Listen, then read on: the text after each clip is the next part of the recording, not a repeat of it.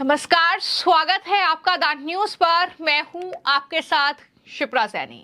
पश्चिम बंगाल से बड़ी खबर है। भ्रष्टाचार से लेकर तमाम गंभीर आरोपों में घिरी ममता बनर्जी सरकार अब पश्चिम बंगाल के राज्यपाल सीवी आनंद बोस पर गंभीर आरोप लगा रही है। महिला से छेड़खानी का आरोप तक लगाया गया है। लेकिन इन सब के बीच जब कोलकाता हाई कोर्ट में एक याचिका दरअसल दायर की गई इस पूरे मामले से जुड़ी हुई, तो कोलकाता हाई कोर्ट ने उस याचिका पर तत्काल सुनवाई करने से साफ तौर पर इनकार कर दिया है। यानी साफ तौर पर इस पूरे मामले को कोर्ट में घसीटने की कोशिश। लेकिन इन सब के बीच कोलकाता हाई कोर्ट ने उस याचिका को खारिज कर दिया है। बड़ी खबर यह है कि इस याचिका में कोलकाता पुलिस के द्वारा मीडिया को दिए गए बयानों पर कोर्ट के हस्तक्षेप की मांग की गई थी, जिसमें सीवी आनंद बोस जो कि राज्यपाल हैं पश्चिम बंगाल के, उनके कार्यालय को कलंकित किया था। ये दरअसल इस याचिका में कहा गया कि बंगाल की पुलिस ने मीडिया में कुछ ऐसे बयान दिए थे जिससे कहीं ना कहीं राज्यपाल सीवी आनंद बोस के कार्यालय को कलंकित किया गया था। वकील के जरिए ये कहा गया कि पुलिस ने मीडिया में ऐसी टिप्पणियां की जिससे कथित तौर पर राज्यपाल की प्रतिष्ठा धूमिल हुई है, जिसके पास अनुच्छेद 361 के तहत संवैधानिक छूट है।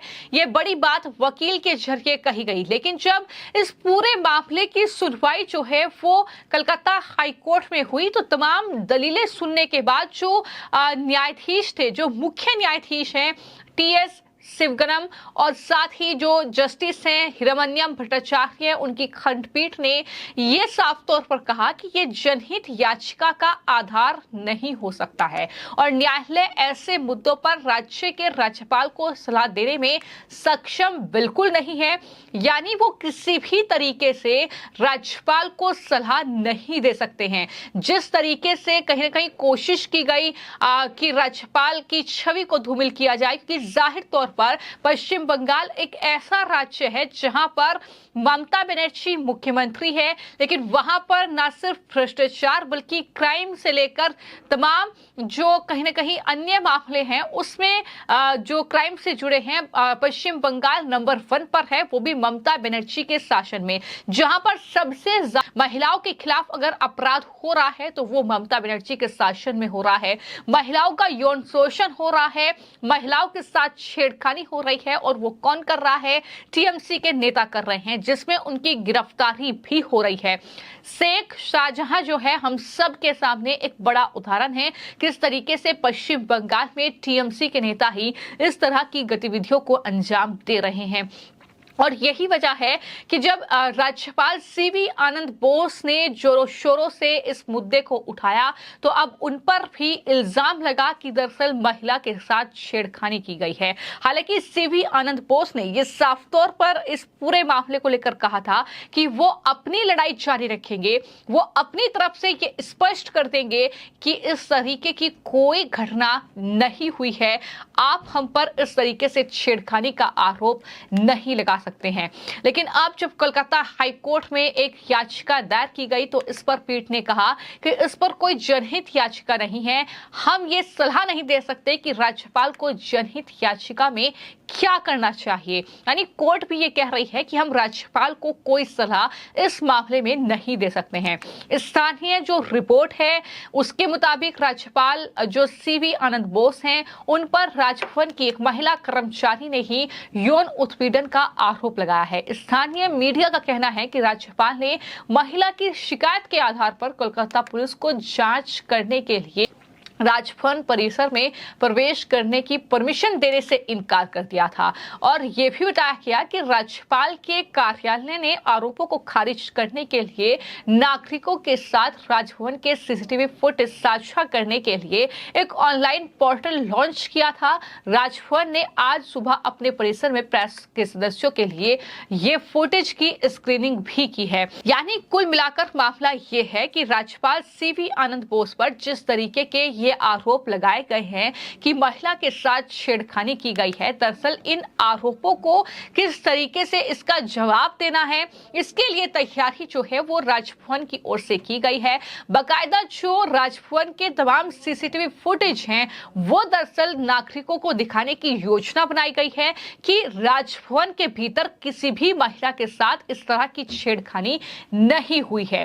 तो जाहिर तौर पर यह मामला जब राज्यपाल खुद इस पूरे मामले को लेकर सफाई दे रहे हैं, जवाब दे रहे हैं, लेकिन इन सब के बीच जिस तरीके से कलकत्ता हाई कोर्ट में यह याचिका दाखिल की गई, जिसमें कहीं ना कहीं राज्यपाल को जो है इस पूरे मामले में घसीटने की कोशिश की गई, लेकिन साफ तौर पर कलकत्ता हाई कोर्ट ने यह साफ कर दिया कि दरअसल इसमें हम राज्यपाल को सीधे कोई भी निर्देश नहीं दे सकते हैं, कोई भी सलाह हम राज्यपाल को नहीं दे सकते हैं।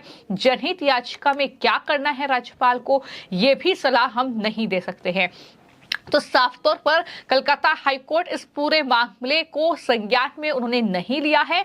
कुछ टिप्पणियां कोर्ट की तरफ से की गई तो कुछ वकीलों की तरफ से की गई, लेकिन इन सब के बीच जो मामला है वो जाहिर तौर पर गंभीर है कि किस तरीके से एक वो सरकार है राज्य में जो लगातार भ्रष्टाचार के आरोप झेल रही है, जो क्राइम के लगातार जिस पर आरोप लग रहे हैं कि वहां पर पश्चिम बंगाल में अगर एनआईए की टीम जाती है, अगर ईडी की टीम जाती है, अगर सीबीआई की टीम जाती है तो उन पर हमले होते हैं। यहां तक कि अगर बीजेपी के नेता चुनाव प्रचार के लिए भी पश्चिम बंगाल के अलग अलग इलाकों में जाते हैं तो उन पर भी हमले होते हैं, यानी वहां पर कोई भी सुरक्षित नहीं है।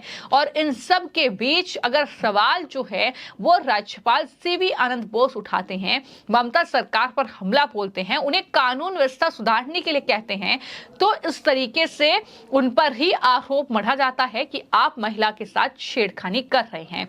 हालांकि इस पूरे मामले में लगातार जो है जो राज्यपाल हैं सीवी आनंद बोस वो दरअसल जनता के अदालत में ही फैसला चाहते हैं कि जनता के सामने ही इस पूरे मामले का फैसला हो जाए। यही वजह है कि आज सीसीटीवी फुटेज जो है वो दिखाई गई है, लेकिन इस पूरे मामले को लेकर लगातार जो सियासत है वो कहीं ना कहीं पश्चिम बंगाल में गरमाई हुई है। इस तरीके से लगातार चुनाव के बीच ये मामला गरमाया हुआ है। हालांकि आगे किस तरीके से इस पूरे मुद्दे पर बहस जो है वो पश्चिम बंगाल में देखने को मिलती है और किस तरीके से राज्यपाल सीवी आनंद बोस जवाब देते हैं ये देखना होगा।